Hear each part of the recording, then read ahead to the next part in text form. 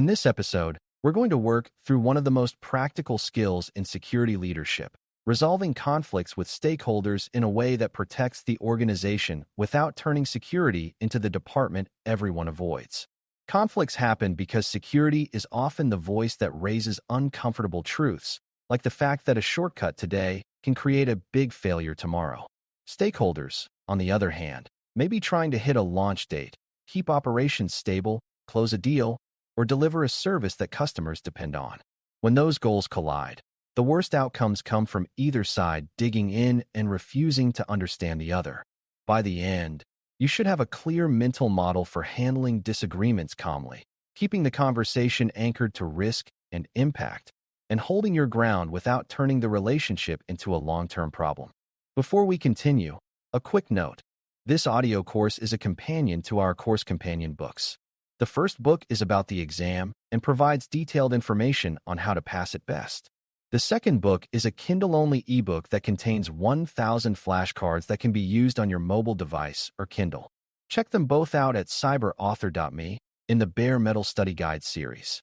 A security conflict usually looks like an argument about a specific control, timeline, or requirement, but underneath it is often a mismatch in how people see risk and responsibility. Stakeholders may view security as adding work that does not obviously help them succeed, especially if the benefit is invisible when things go well. Security may view stakeholder requests as attempts to ignore danger, especially when the request sounds like asking for exceptions or shortcuts. The first step toward resolution is recognizing that both views can be sincere, even when one view is incomplete. In many organizations, stakeholders carry real pressure and real consequences when deadlines slip, so their urgency is not automatically reckless. At the same time, security carries responsibility for preventing high-impact outcomes, and that responsibility cannot be traded away casually. A mature approach begins by treating conflict as a normal management problem, not as a personal battle. Before you can resolve conflict, you have to understand what each side is truly optimizing for, because people argue hardest about what they fear losing. A stakeholder may fear losing customer trust, missing revenue targets, disappointing leadership, or causing operational disruption by changing something fragile. A security leader may fear a breach, a major outage, regulatory consequences, or reputational damage that is hard to repair. When you hear a stakeholder pushing back, it helps to translate their position into a clear statement of the business outcome they are protecting. When you speak from the security side, it helps to translate your position into a clear statement of the harm you are trying to prevent or limit. This translation reduces the chance that the discussion turns into moral judgments, like one side being careless or the other side being unreasonable. Once both sides can name what they are protecting, the conversation can shift from arguing about who is right to negotiating how to protect both outcomes as much as possible. A common beginner mistake is treating security requirements as self-evident, assuming that if something is a best practice, stakeholders should automatically accept it. In real organizations, best practice language can sound like opinion, and opinion invites debate. A stronger approach is to connect requirements to risk posture and to explain the chain of cause and effect in plain language. For example, instead of saying a control is required because it is standard, you explain that the control reduces the likelihood of a common failure or reduces the impact if that failure happens. You can also explain what makes the current request risky, such as it increases exposure time, expands access in an uncontrolled way, or removes a detection capability that would help contain an incident quickly. This kind of explanation is not a lecture. It is a way to make the risk visible to people who may not live in security every day. When risk is visible, the conflict becomes easier to manage because it becomes about consequences rather than authority. To keep your ground without escalating tension, it helps to separate the problem from the person and to treat every disagreement as solvable, even if the final answer is no. You can acknowledge the stakeholder's goal and pressure while still being firm about what security cannot accept. This is not about being polite for its own sake. It is about maintaining influence for the next disagreement you will inevitably face. If every conflict ends with security humiliating someone, people will avoid security and take risks in secret, which creates worse outcomes for everyone. Instead, a strong security leader uses calm language, asks clarifying questions about the business need, and restates the risk clearly without sounding dramatic. The tone matters because it shapes whether the stakeholder feels like they are in a collaborative discussion or in a public trial.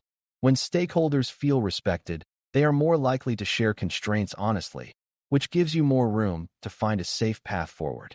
Once the goal and the risk are clear, conflict resolution becomes a search for options rather than a debate over a single demand.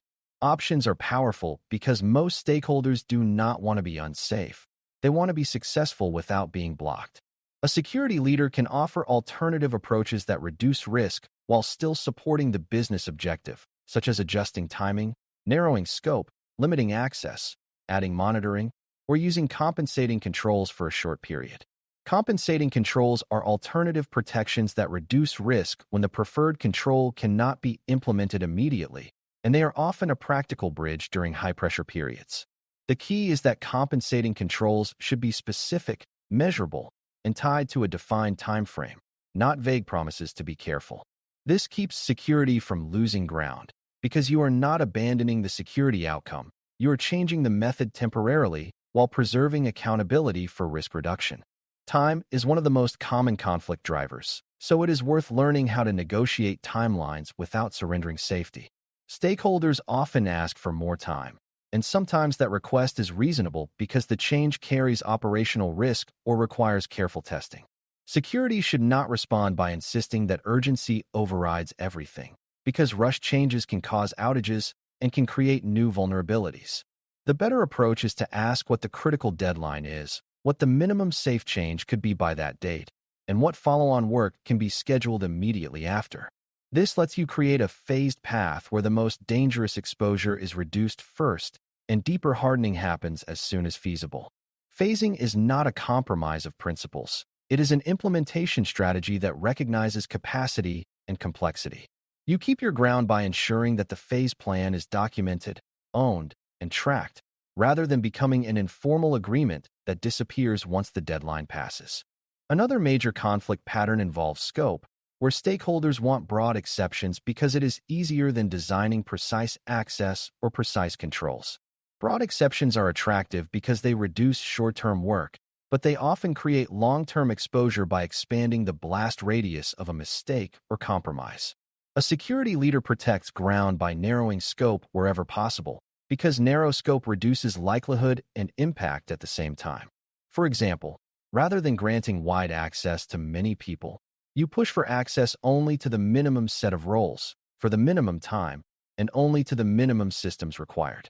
Rather than turning off a control everywhere, you explore whether it can be adjusted only for a specific system, environment, or process step. Scope discipline also makes accountability easier, because a narrow exception is easier to monitor and easier to review.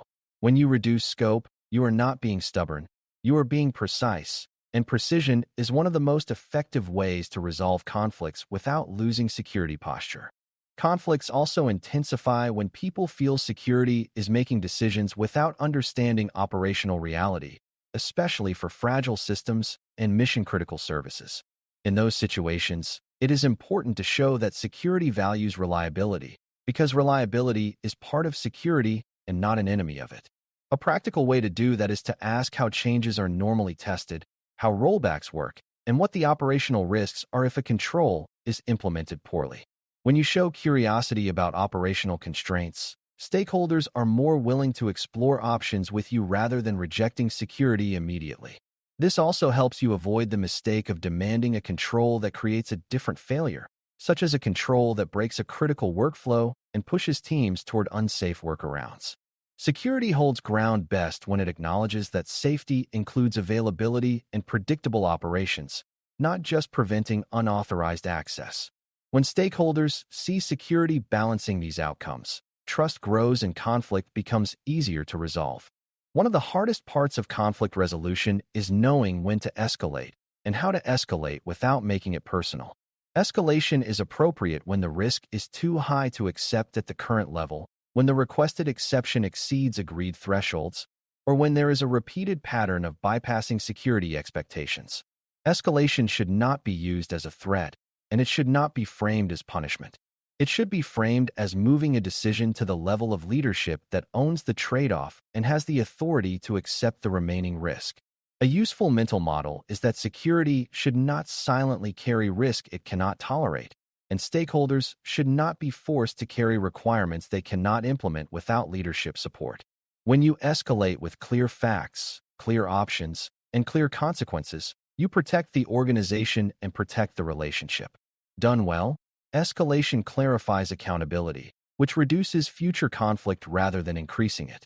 Documentation is another way to hold ground while still moving forward, especially when decisions involve exceptions or deferred work. Documentation does not have to be heavy or bureaucratic, but it must be clear enough that the organization can remember what was decided and why. A good record captures the risk, the decision, the owner, the time frame, and the conditions for review or closure. This prevents a common failure where an exception becomes permanent simply because everyone forgets it exists, or where a later team inherits a risky condition without knowing it was a conscious choice. Documentation also protects stakeholders because it shows they did not act recklessly. They made a decision with security input under real constraints. For security, documentation protects posture because it creates a mechanism to revisit risk and ensure that temporary compromises do not quietly become the new normal. In conflict resolution, clarity on paper is often what turns a tense negotiation into a stable agreement. Communication style can either reduce friction or multiply it, and this is especially true when emotions rise. When people feel attacked, they stop listening, and when they stop listening, the organization loses the chance to manage risk intelligently. A strong security leader uses language that focuses on outcomes and conditions rather than accusing motives.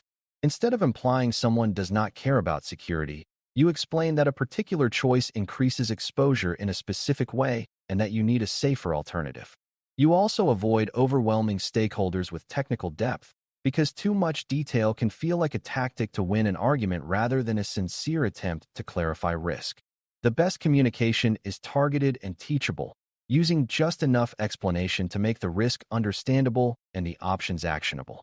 When communication stays calm and specific, the conflict becomes a professional problem-solving moment rather than a personal clash. It is also important to recognize that conflict resolution is not a single conversation, but a pattern that shapes culture over time. If security resolves conflicts by always giving in, stakeholders learn that pushing hard is the fastest way to get exceptions, and security gradually loses credibility. If security resolves conflicts by always refusing, stakeholders learn to hide work and avoid security engagement, which increases risk in ways that are harder to see. The balanced approach is consistent firmness on risk boundaries paired with flexibility in how the organization meets those boundaries. Over time, this creates a shared expectation that security concerns are real and will be addressed, but that security will also work creatively to support business delivery. This is how security keeps ground while still building trust. The long-term win is that stakeholders begin to bring security in earlier, which reduces late-stage conflict because risky choices are shaped before they become urgent. A final element of keeping ground is making sure that agreements turn into follow-through, because a negotiated compromise is only valuable if it leads to real improvements. If a stakeholder agrees to a phased plan, security needs a mechanism to track the follow-on work and to confirm that risk is actually reduced. If a compensating control is used, security needs to ensure it is implemented as promised and reviewed on schedule. Follow-through is where accountability and relationships intersect, because it is easy for people to be sincere in the moment and then get pulled away by other priorities. A mature security leader makes follow-through easier by setting clear checkpoints, confirming ownership, and making progress visible without shaming. This preserves the relationship while also protecting posture, because it prevents the organization from drifting into permanent exception mode. Keeping ground is not about winning the meeting. It is about ensuring the risk outcome is actually achieved. As you put all of this together, conflict resolution becomes a disciplined skill that blends empathy, clarity, and firmness. You start by identifying the real business goal and the real security risk. Then you translate both into outcomes that can be discussed without personal judgment. You search for options that reduce risk while respecting operational realities, using scope control, phasing, and compensating controls when appropriate. And you escalate only when the decision must move to a higher authority. You document decisions so the organization can remember and revisit them, and you follow through so temporary compromises do not quietly become permanent exposures. When you practice this approach consistently, stakeholders learn that security is predictable, reasonable, and serious about protecting the organization, which increases trust even when security sometimes has to say no. That is how you resolve conflicts without losing ground. And it is how security stays embedded as a credible partner in the decisions that shape risk every day. Thanks for listening.